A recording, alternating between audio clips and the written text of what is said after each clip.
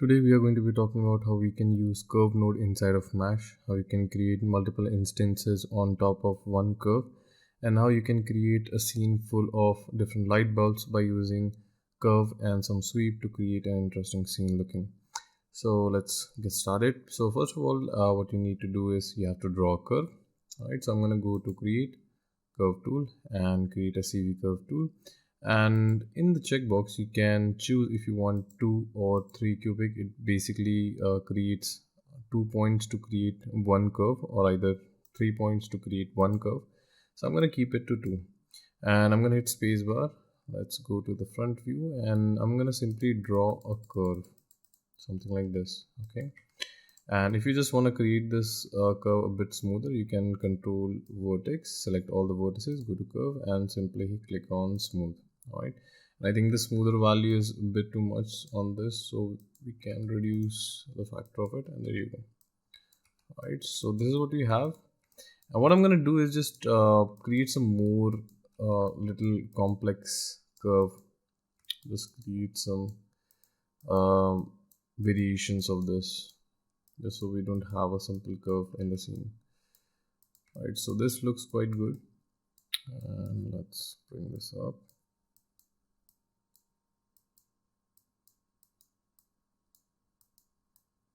Alright, so there you go. So now we have something that looks like this. Okay, now let's say if I were to create something like this, a sphere. Alright, and I'm gonna just lower the subdivision, and I want to create some kind of animation that says these spheres are rolling. Let's say you're creating a Christmas, you have a Christmas tree, you want to create some Christmas balls rolling around and so on. So I'm going to go on top of my mesh and click on mesh. And in the attributor, as you know, we have the distribute that basically controls the number of points we have by points, how many mesh we or instances we have in the scene. And what we want to do is clone this on top of this curve right here. All right, so what I'm going to do is, let's turn off the grid, click on our mesh, and in the mesh menu you'll notice that we have a node called curve. I'm going to click on this and add curve node. Alright, so you'll notice that the curve menu is completely empty, so we have to give an input of our curve. So I'm going to go to my outliner. If you don't have the outliner, you can go to Windows and outliner, and I'm going to middle mouse click on the curve and drop it onto the input curve, and there you go. So you'll notice that it's not exactly looking as it's supposed to be, and there are multiple reasons for it.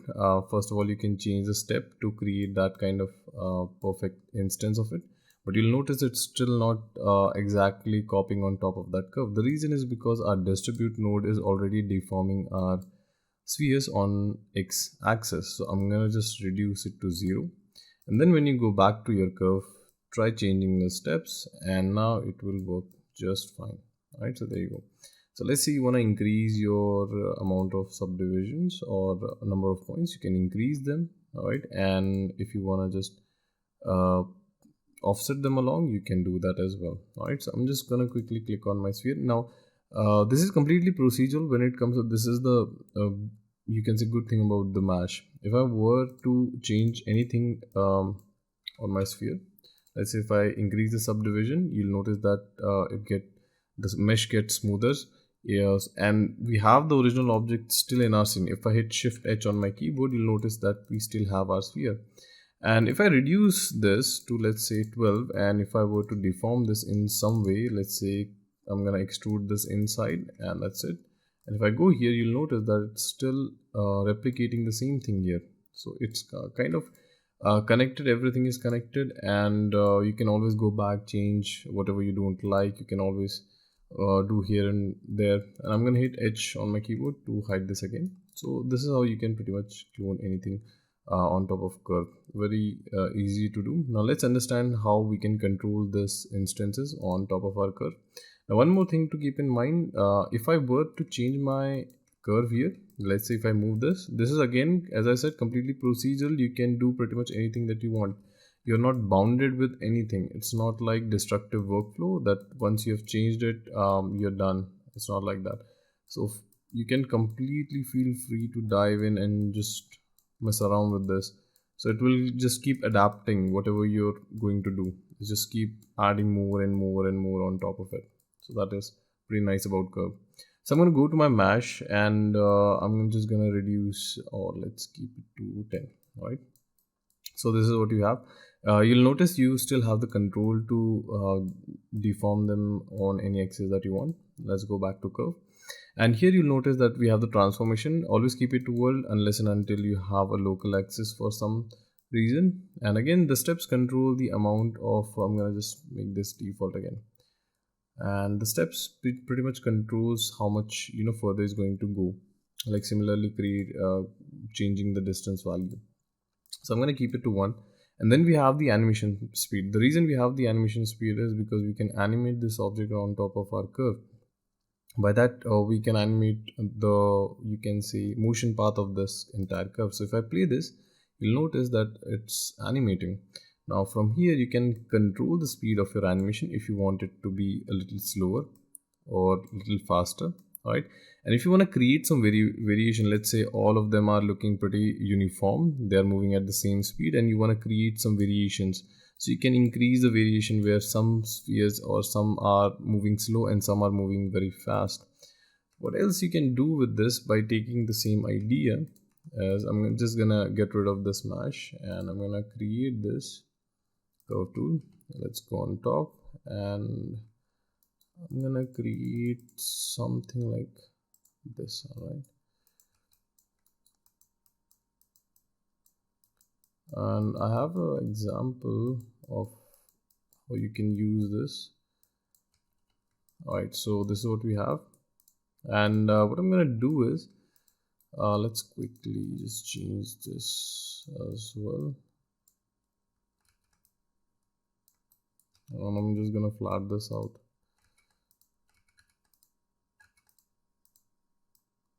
Right, there you go. And just to get a clear picture of what we are creating, I'm gonna set a cube here, and let's bring this out here. All right, I'm gonna select this face, select the curve, and extrude this, just so we have some kind of floor going on to work around. All right, that's it. There you go. Okay, once you're done with this, I'm just gonna delete the history so we are not still not connected with the curve, and I'm gonna keep the curve just so we can use another object to replicate on top of this curve. All right, once you're done with this, and let's say I'm just gonna take another cube. All right, and let's bring it and let's modify it to look something like a car. So we are gonna bring this out just like this. Oh, sorry. All right, and let's bring this out like this. Okay, there you go.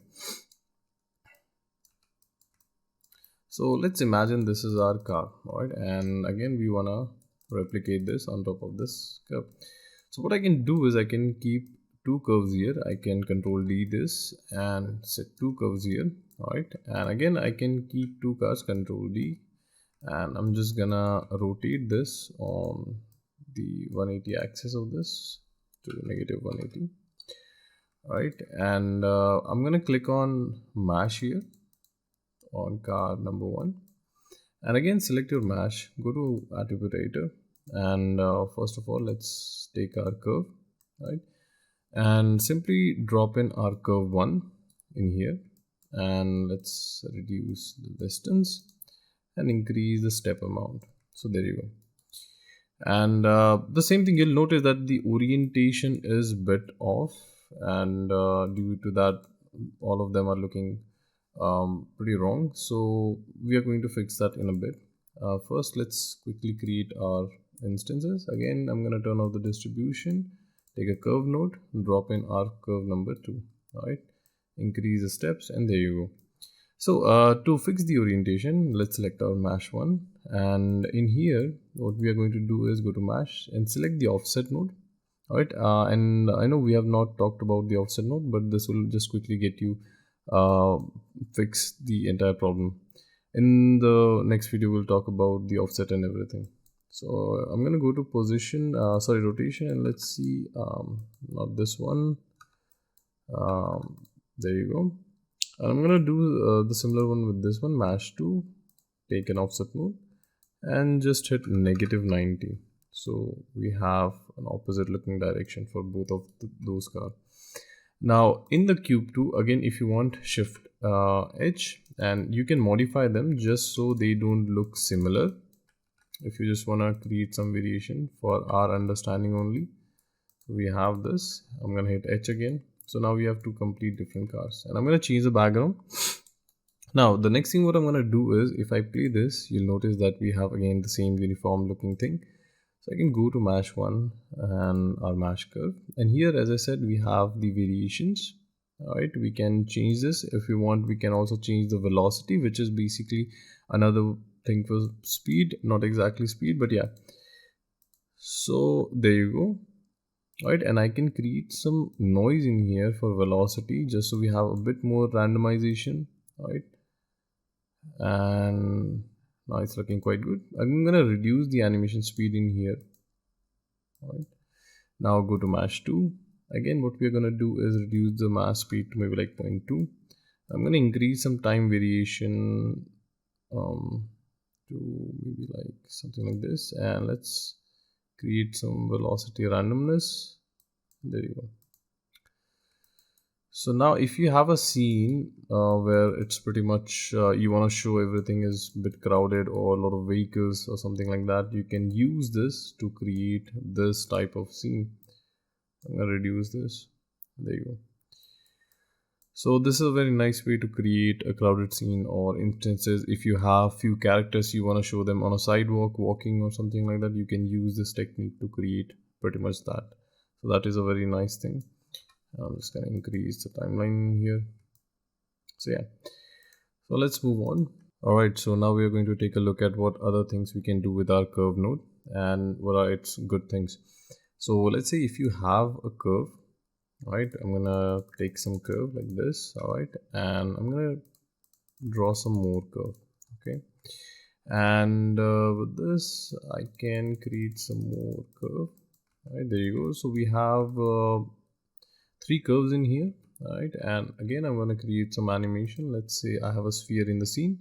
I can go to mesh. Let's create our mesh, and let's go to attribute editor. Let's take a curve node, and what I can do is I can select all of them and simply, okay, unfortunately you cannot select all of them, but yeah, you can drop them, and you don't have to basically take a different mesh for every curve. You can drop in as many curve you want in one curve node at one time, so you don't have to mess around with a lot of different things, or like you have to create multi instances of your mesh node just to get that kind of look like you have a lot of cables or wires in your scene and so on. So you can have that.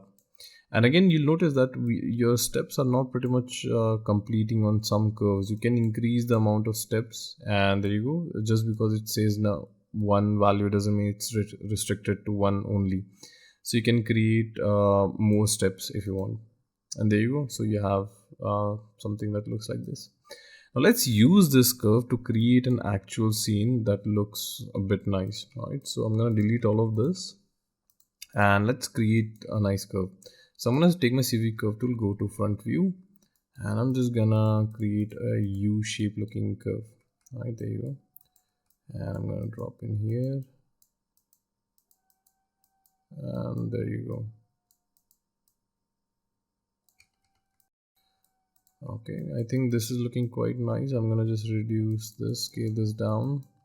Okay, I think this looks good. I'm gonna just reduce this a little bit. Okay, delete history, freeze transform. All right, so I have a bulb here. I'm just gonna show this. All right, so that looks something like this. All right, it's a very simple bulb, and I've not shaded it yet, but we are going to be doing that. So I'm gonna clone this on top of our curve node in here. And again, if you want, you can select your vertices on your curve, and you can smooth them out if you want. I'm just going to keep it like it is. Now, what I'm going to do is I'm going to select this group and just simply rotate this, or you don't have to. We can take another node to fix that. So you'll notice that my bulb here is in different parts. Right? If I turn on the X-ray in here, you'll notice that we have some parts on the inside as well. and each parts are going to be shaded with different element. Right, so let's what happens when we create an instance with a group. So I'm going to go to mesh and create a mesh for our bulb, and you'll notice that it clones everything perfectly. So that is another good thing. And in the distribute, again, I'm gonna change the distance of our x to 0. Again, if you want, you can keep it and make sure you use your GPU. And I'm gonna take the curve node, drop in our curve in here, and again you'll notice that the displace that the x-axis is completely wrong, so I'm going to reduce this, and from here again you can change the steps as much as you want, right? So it clones everything perfectly.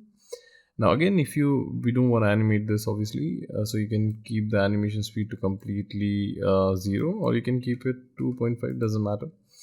Now again, I'm going to go to mesh in here, go to offset mode, and in here we can pretty much type in 180, right? And that will just flip the whole thing down.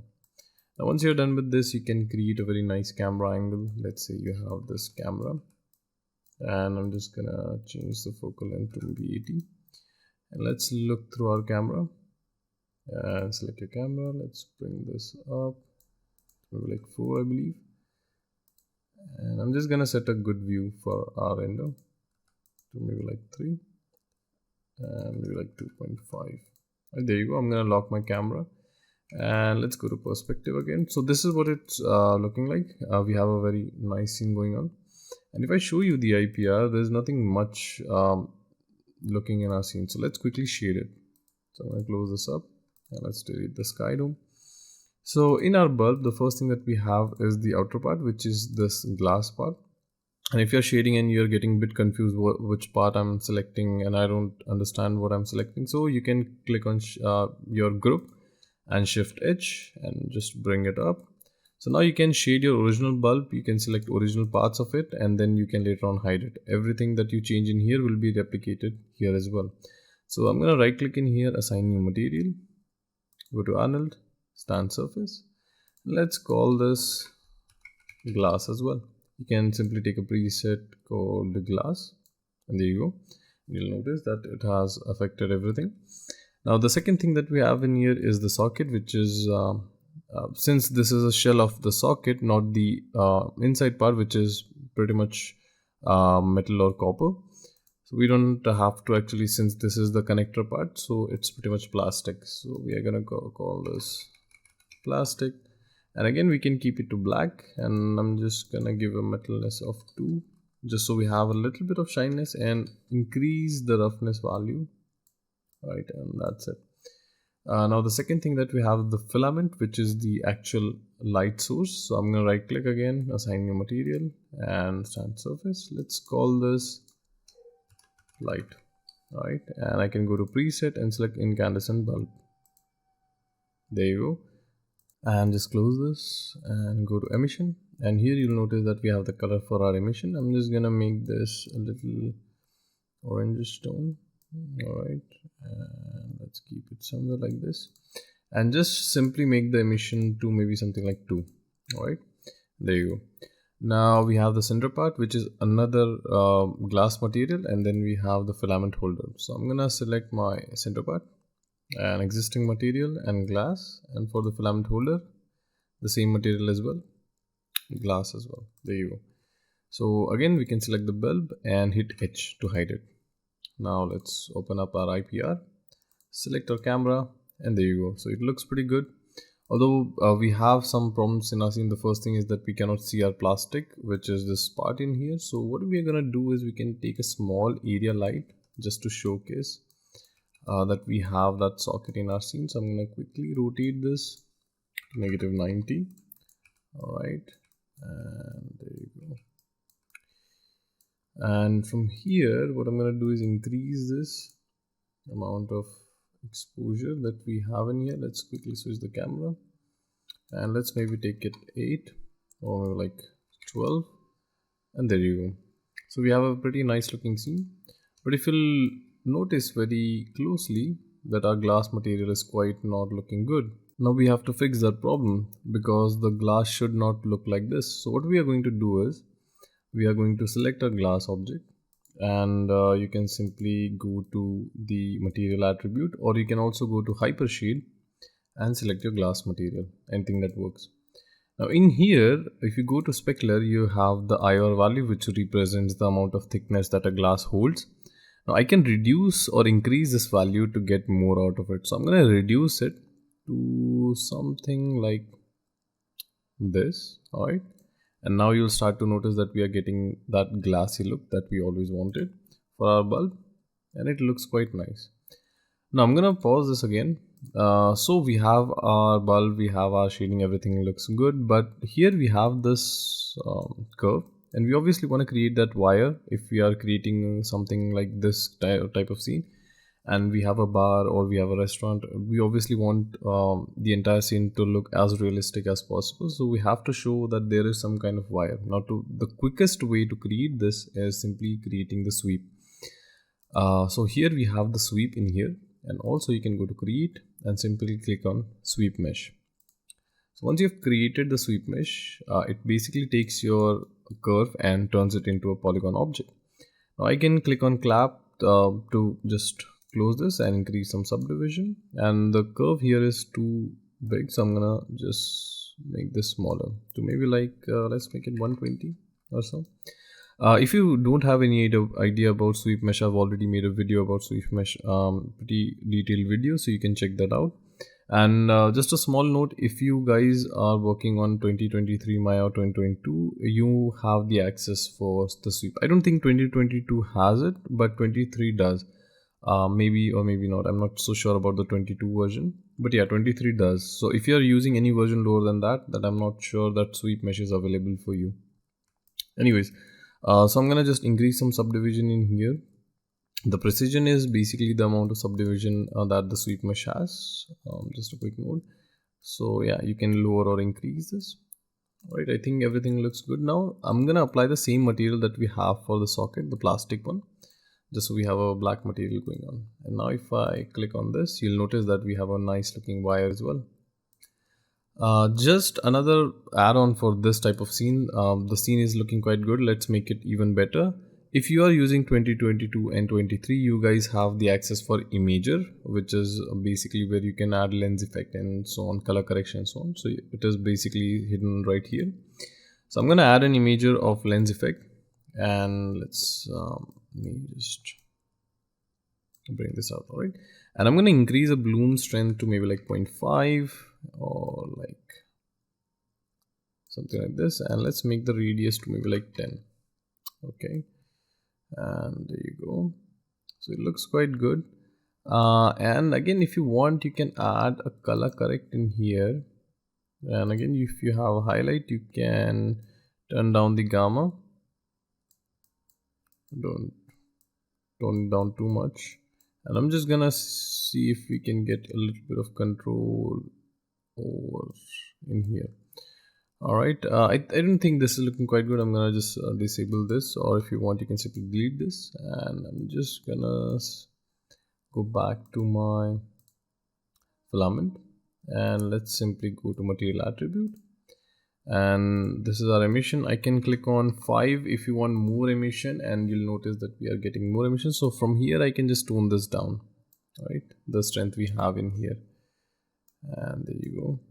Let's close this, let's bring this out, and now your scene looks pretty good. So again, you have the bloom control. Again, if you have Maya 2022 or 23 version, you have the access for this imager, where you can pretty much add blooms and color correction nodes and so on. So this again, this node is pretty interesting. There's a lot of different ways in Maya where you can pretty much use this to create entire procedural scene. You want, again, if you go to your outline, everything is procedural. You can change anything that you want. You can always change the curve. You can always change the amount of directions you have. If you don't like the amount of thickness you have on your sweep mesh, you can go back and you can always change that. If you want to create thickness, maybe if you have too many bulbs in your scene, you want to reduce that, you can go back and you can reduce the amount of bulbs and so on. So this is a quite nice thing about Mesh. You always have the access to change anything that you don't like. It doesn't have to be a destructive workflow. So this was just an example what you can do. Feel free to dive in and create something of your own. I'm always looking for something interesting ways that you guys are creating.